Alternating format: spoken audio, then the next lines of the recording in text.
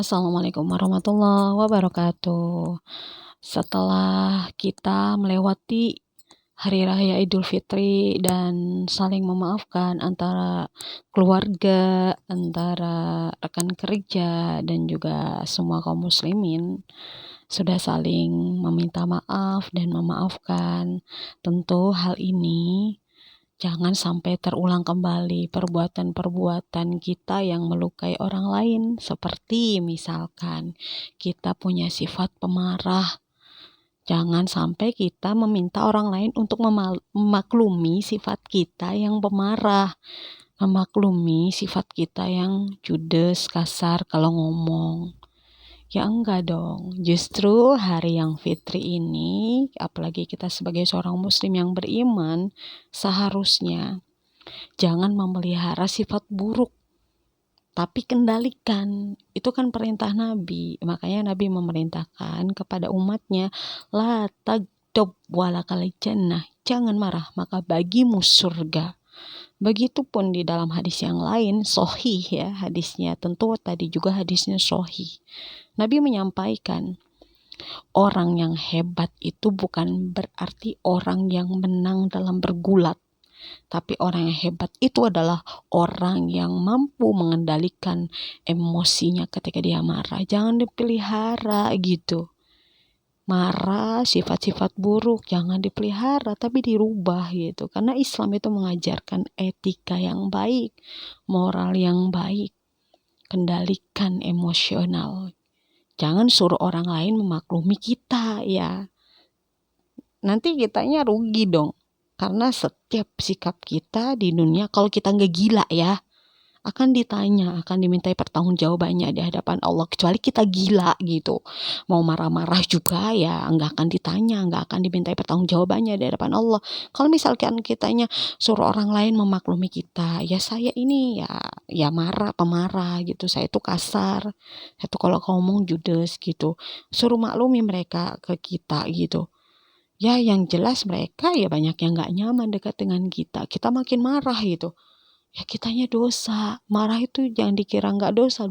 Karena itu gak boleh. Makanya Nabi mengingatkan, la tagdob walakal jannah. Jangan marah maka bagimu surga. Karena marah itu akan ngucapin kata-kata yang kotor kalau misalkan lagi marah. Terus yang di sekeliling kita juga akan sakit hati gitu. Sementara kita gak boleh menyakiti hati orang lain gitu. Karena amarah kita. Makanya ayo kita berubah.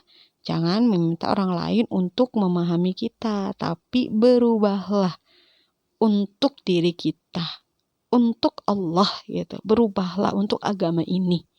Karena Islam itu mengajarkan pengendalian emosional, etika yang baik, akhlak yang baik, bertutur kata yang lemah lembut.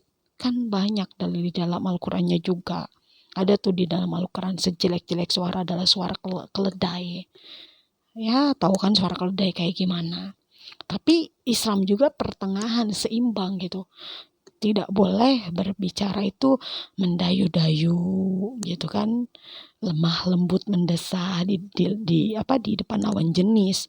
Jadi harus bisa menempatkan sesuatu pada tempatnya. Makanya jangan pernah berhenti belajar agama Islam, sehingga kita setiap hari semakin baik, selalu memperbaiki diri kita. Karena agama Islam itu agama yang perfect, agama yang sempurna, agama yang mengajarkan dari mulai bangun tidur sampai tidur lagi, agama yang mengajarkan tentang kepemerintahan gitu kan, terus tatanan sosial gitu, rumah tangga, keluarga, dan sifat-sifat emosional yang ada dalam diri kita itu ada dalam Islam jawabannya. Makanya sekali lagi, jangan meminta orang lain untuk memaklumi sifat buruk kita. Tidak akan ada perubahan. Ya, justru kitanya yang rugi nanti di akhirat. Dengan sikap dan sifat buruk kita bisa jadi menjungkirkan kita ke dalam neraka. Kan ingat gak kisahnya waktu zaman Nabi itu?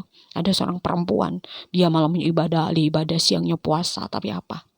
Lisannya sangat kasar dan kotor. Selalu menyakiti perasaan tetangganya kalau ngomong gitu. Apa kata Nabi? Ahli nar. Kita yang rugi. Makanya berubah deh. Jangan memelihara perbuatan buruk kita. Berubah. Selamat Hari Raya Idul Fitri. Mohon maaf lahir dan batin. Wassalamualaikum warahmatullahi wabarakatuh.